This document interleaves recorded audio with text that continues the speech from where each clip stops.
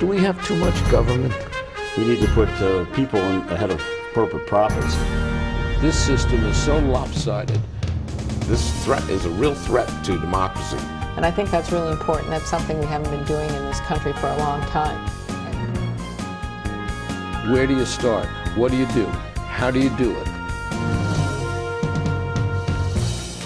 Access to Democracy and other Eagan community television programming is supported by Thomson Reuters, makers of Westlaw Next and based in Eagan.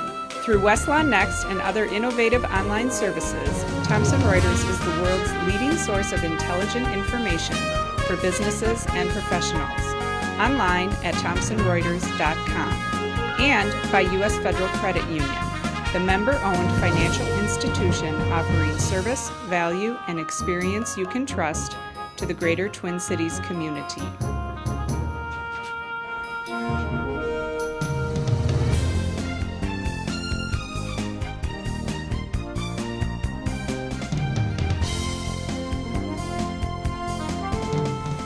Welcome. Access to Democracy returns. Alan Miller, your host.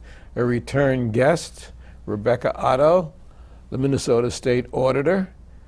And things have changed since the last time you were here. Yes. Because you have been endorsed by the Pioneer Press, by the Star Tribune, and of course endorsed for running for re-election for her third term. Mm-hmm. You've been endorsed by a bunch of local weeklies. You have so many endorsements from organizations. For instance, give us some of the other people who have endorsed your re-election. Oh my gosh, there's over 1,300 and counting. There's many different organizations. There's some labor unions. There's individuals. Walter Mondale, former Vice President Walter Mondale, all the way to you name it. I have pretty strong support as the state auditor. I've served for 2 terms, as you said, 8 years, and the Duluth News Tribune even endorsed me as well, although it's outside of this area. So I'm very honored by the confidence that the editorial boards have shown in their endorsements. And actually, the National State Auditors Association has endorsed your competence in 2 ways. Number 1, they elected you as president. Mm-hmm. I think in 2013, I'm not sure. Mm-hmm. And number 2, you were selected as one of the top 15 governmental auditors in the nation. Yeah, and that was the, so there's several nonpartisan national organizations that have recognized my work as the state auditor. And so the National State Auditors Association, I did serve as the president. I'm now the immediate past president, but I was elected by my peers from around the country. And they're very professional people. And I also was named one of the 15 most influential professional government auditors in America by the Institute of Internal Auditors, which is a 180,000 member international association. And those tend to be more private sector internal auditors. And they did it when forming the American Center for Government Auditors. It wasn't something I applied for. I'm not a member of the IIA.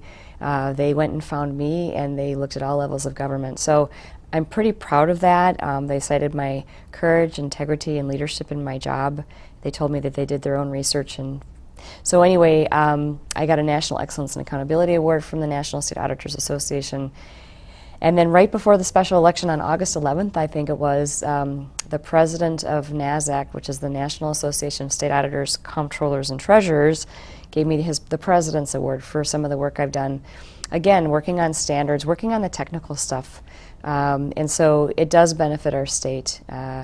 In government auditing, everyone works together. And you don't have to do a lot of traveling. A lot of it's done over the phone, email. But it's important. And so we're all focused on transparent, accountable, efficient, effective government.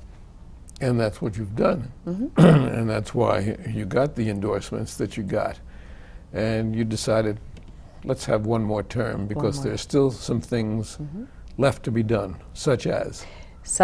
Well, I'm never done with presentation of data. There were budget cuts for a decade in our state, but and I've been the state auditor for 8 years. So there hasn't been a lot of money, but I want to continue to work on visualization of local government financial data, their revenues, their expenditures, and their debt, entity by entity, and so I want a more graphic presentation by entity rather than just kind of a two-dimensional spreadsheet. For people that want to look at the information, have pie charts, have them be in context, be able to drill down into them. And so I think I can get that done in a second term without much money in terms of having to expend anything. There's a really big project I want to embark upon, though, that I think is extraordinarily important. Otherwise, I wouldn't run again. Which is? That is working to identify and quantify infrastructure needs by community around the state. And it's a very ambitious project. But the infrastructure I'm talking about would be infrastructure that impacts public safety and public health. So that we don't have a bridge fall into the Mississippi River? Yeah. And so local bridges. Or close the Lafayette Bridge, or the Robert Street Bridge, It could or whatever happen. happens. I know, but water systems, sewer systems, things that protect public safety and public health. The reason I want to do this, and then I want to have that there as to inform the conversation of the legislature and the governor, to help inform their decision-making process when looking at needs coming in the future. A lot of our communities, these projects are huge and they're very expensive, and a lot of our communities don't have the population base to spread the costs across. So they'll do some bonding, they look for state grants and federal grants. And what I don't want to see happen in our state, because we're better than this, is for us to start running into crises where there's just not enough money. If you do the planning properly, you can avoid crises. So I think it's important to work to identify and Step quantify. on the urgent projects first. Yeah, exactly. And prioritize your Yeah. projects. I think so, yes. And get these pipes, for instance, that have been running under the cities for 100 Yeah, I years know. and I know. bursting. I know. We have bursting pipes. We've had the three, Minneapolis, St. Paul, and Duluth, they're old, and their infrastructure's old. Now, of course, they do some replacement, but there's a lot of stuff underground around our state where there's deferred maintenance and deferred replacement. You know, I'm old also, so maybe you can get something done for me. Maybe. But I mean, it's to me, it's a really worthy project. It is going to be complicated. It's going to be difficult. And, I have the authority under our special studies. We can do special studies, and this is what I'd like to do. But I'm beginning conversations with some of the associations with local governments because I think they want it too. Again, we do better when we have You're going to be able to do this data. without any great cost. to Well, the I'm state. hoping. Yes. Right, so then it's a matter of what data is existing right now, in what form is it, to figure out kind of how we can do this without creating a lot of extra work or costing a lot of money, yes. Now, there has been a lot of publicity in the press in the last few days involving the auditor. I want to make clear to people that we have two auditors. You are the state auditor, Yes. but there's a legislative auditor Yes. whose job is completely different, and that's who has been getting the press. Yes. So differentiate for us the So- two different offices. It's an excellent point. So in Minnesota, we have two auditors. We have the state auditor, that's me currently. You have to be elected statewide. You oversee the state's interests at the local government level. The entities we're charged most with are the counties and the cities of the first class because they get the most state money, and so there's the greatest state interest. The legislative auditor, who is appointed by the legislature, is charged with overseeing state agencies and state-created programs. That could be things like MNsure, the Viking Stadium Authority, items like that some people think our office oversees, but we actually don't have the legal authority to. And MNsure and the Viking Stadium that you mentioned are two of the things that have been in the papers a lot, Yeah. and there's been a lot of press lately. Yeah. Had nothing to do with you, however. No. Even the whole Minneapolis, the community action group that the state ended up shutting down, the funds that went to that nonprofit, we don't oversee nonprofits either. The funds came from the feds, flowed through some state agencies, Department of Human Services and Department of Commerce, went directly to the nonprofit.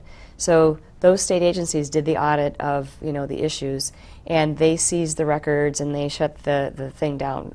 Anyway, the thing is shut down now, but the main point is that the legislative auditor now is going to do some auditing because they're state agencies on what happened. So again, that's his area. So I think a common mistake sometimes candidates make running for this office, but even the public, because it's confusing, think that they're the same, one and the same, and they're not. They're different. So I actually think that there are candidates who don't know the difference between the two auditors I and think get you're them right. confused. I think you're right.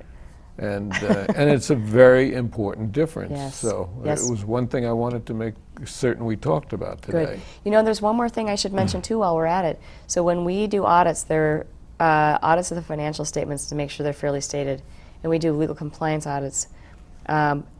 it's not the same as like a program audit where you're looking at how a program is functioning. Let's say that there's state funding for certain programs in the schools.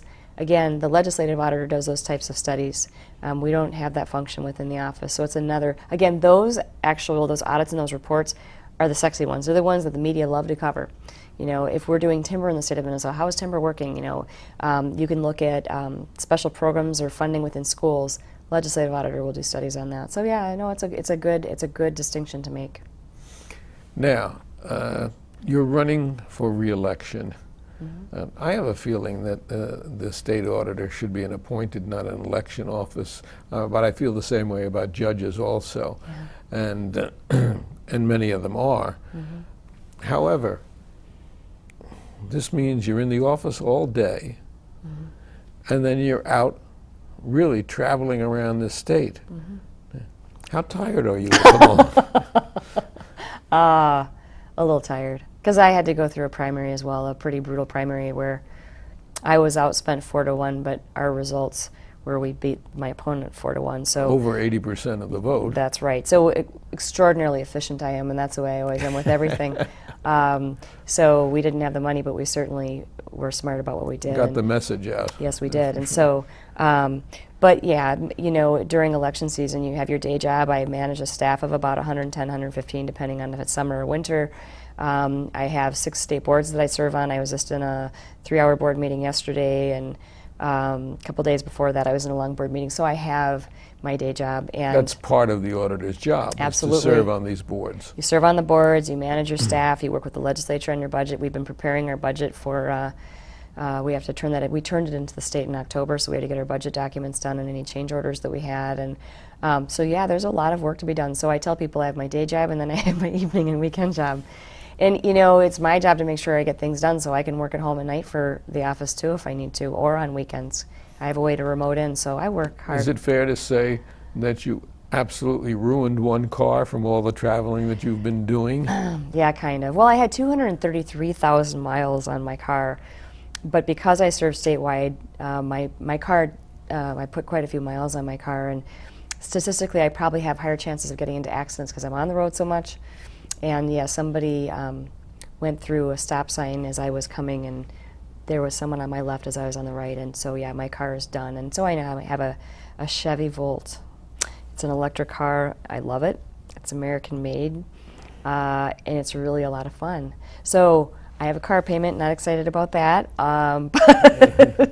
We've all got those. But you know, I think this is going to be a great investment, and we have a wind generator to help generate the electricity.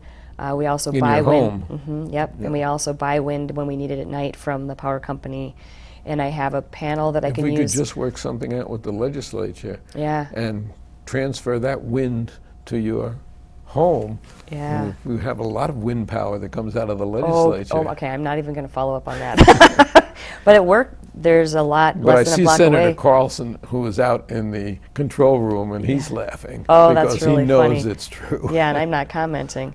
But I was going to say at work there's a charging station nearby where it's a solar panel, so I actually have renewable ways to charge my car. So it's We've exciting. talked about that before. That Yeah.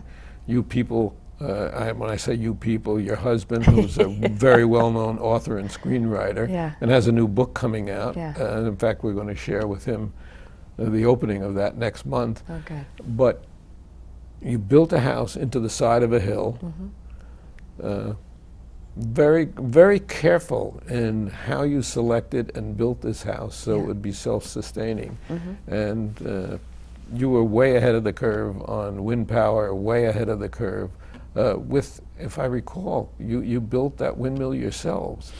Right, we bought the tower, had it certified. It was a used tower, got it certified by an engineer. We hired a crane for an hour, and we threw the tower up, and then my husband climbed the tower and bolted the generator down when it was used for 4 summers as a demo. So we ran the wire through the conduit and through the ground. Yeah, we work hard, but you know what? We save money. I'm very frugal, and I guess you could say fiscally conservative. So That's a good way it's to a good be trait as to an have. auditor. I Yeah. know, that's what people say.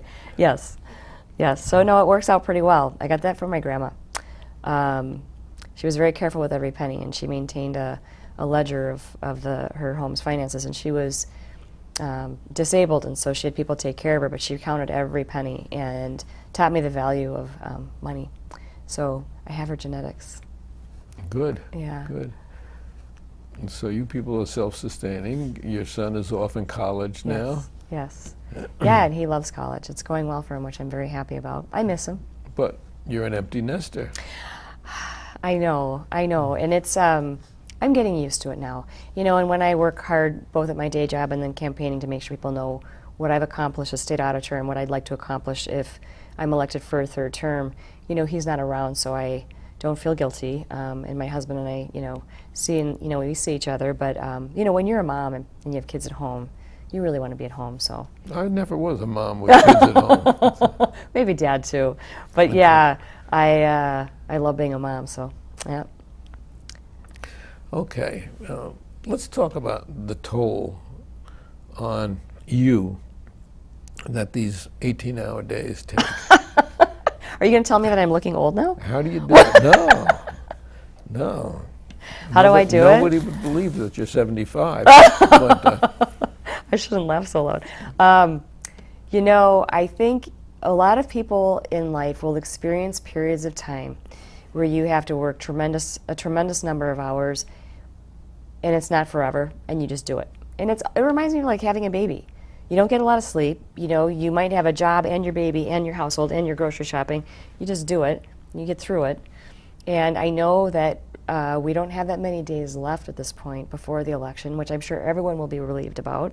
The ads will let up. I and, will you be know, relieved just not to see the ton of advertising, Yeah. much of it false, Yeah. much of it really attack ads, which Right. really turn me off. Yes, so that'll be done and really vicious. soon. Yes, vicious, and it's probably not over yet. And so, you know, but the end is in sight, and so I know that I will be able to rest, and I'll be able to sleep in on a Saturday morning, and maybe do nothing on a Sunday except maybe read a book. So I'm excited about that, regardless of the results of the election. And I'm hoping that I'm able to be successful in this election, because I'd be honored to serve a third term. So we'll see what the And you voters do say. have opponents. I do. I have 4. Yes, Yeah. which surprised me. So Me too. But no, it's the process. You know, anybody can file, and you know, again, I'm letting people know what it is I'd like to do if awarded a third term. I've had a very strong track record for the 2 terms that I've served. Would be honored to do it again if the voters will have me, and I guess all 5 of us are out making our case for why we believe we'd be the best for the position. now, let's talk about some of the things that the auditor does, which people may not be aware of. There are times when an auditor, the state auditor, steps into a community and takes punitive action. What would be the circumstances for something like that? Well, for instance, the state laws pretty much define what we do and what, you know. So one of the things we do for cities that are eligible for state aid, or it's also called local government aid, we certify them for that to the Department of Revenue if they've completed our financial reporting form and if they've had their annual audit conducted. If they don't, we will not certify them. So the state decided if we're going to give you extra money, you better have your house in order. And so that's one thing, and they might lose out on state aid. We do the same thing for volunteer fire relief associations. They pay out service pensions. There's about 650 plus in our state. We oversee those. We make sure that they've completed their financial reporting form to our office, that if they've paid out pensions, it's in compliance with the law. So we look at legal compliance, and if they don't have their ducks in order, then we can't certify them for their fire state aid. So they want their fire state aid. It's important. In terms of if we have to do an investigation. So that's a lot of really municipalities Yeah. and functions of organizations within municipalities as well. Yeah, yeah. And if we do an investigation and we find that something has gone amiss, we don't have prosecutorial authority, so we're not, if there is something, we either then pass it on to the county attorney to determine if a crime has occurred. That's their job in the process. So otherwise, sometimes things get sloppy in our local governments. We follow up. We will send them a letter recommending changes to their internal controls. We don't design them for them, but we might say you need to review or create a policy around, so if there's something with credit cards, making sure they have a credit card policy And that maybe addresses they certain check items. with you before they implement a new policy to see if it complies? Well, no, because if we ever design anything, we can't audit it. But we have statements of position that will lay out some of the areas you're going to want to address in a policy. So we always follow up. We're there really for the taxpayers' best interests.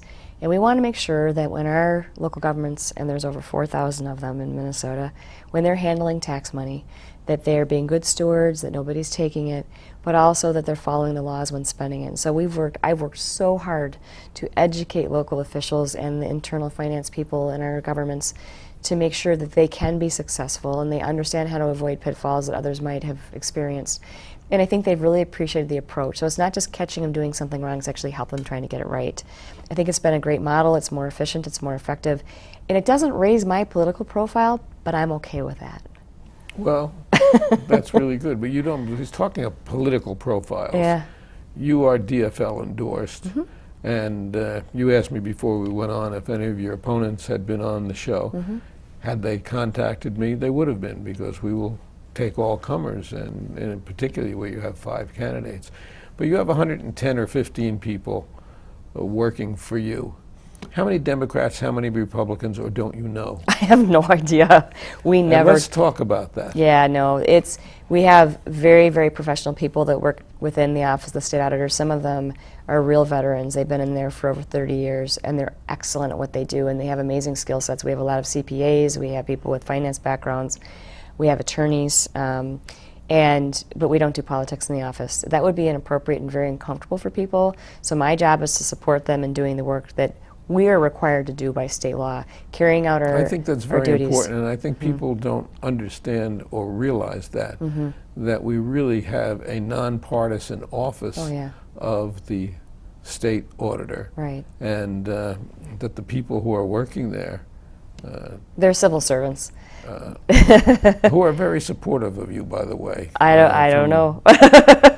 I do. Okay, I feel so blessed to work with the people that I work with, that I get to support their work and make sure the tools that they have the tools they need, whether it's technology, software, moral support as well, praise for the good work that they do, recognizing when they've done an excellent job. Because for Minnesotans, the staff that we have in that office, they're a huge asset. And the skill set that they have is very highly specialized. And the schools really don't teach this. So we don't want to lose our people. They're our greatest asset. And so I work really hard to make sure that we have a strong function, that our staff feel supported, that morale is high, productivity is high, and it's massive improvement from when I first came in. And I think they feel supported and heard. And they've been a part of making sure we can get our work done in the most efficient, cost-effective manner possible. And you really keep your head under the radar. Most people, I don't think, would know which party you belong to or endorsed you, which is the way you have intended it to be. It may not be helpful at election time, but so be it. Yeah, I think there's enough people out there that know the work that I do, that know the approach that I've taken, the people that see me working on all the state boards that I'm on, different organizations that ask me to come and speak to educate them about the work of the office, the function of the office, and how it serves the taxpayers. And I have found over time that I have a lot of respect, and it really goes across the spectrum. Now, we talked about your endorsements earlier, but you have quite a few previous auditors who have endorsed your reelection. In a previous race, I haven't checked back with them.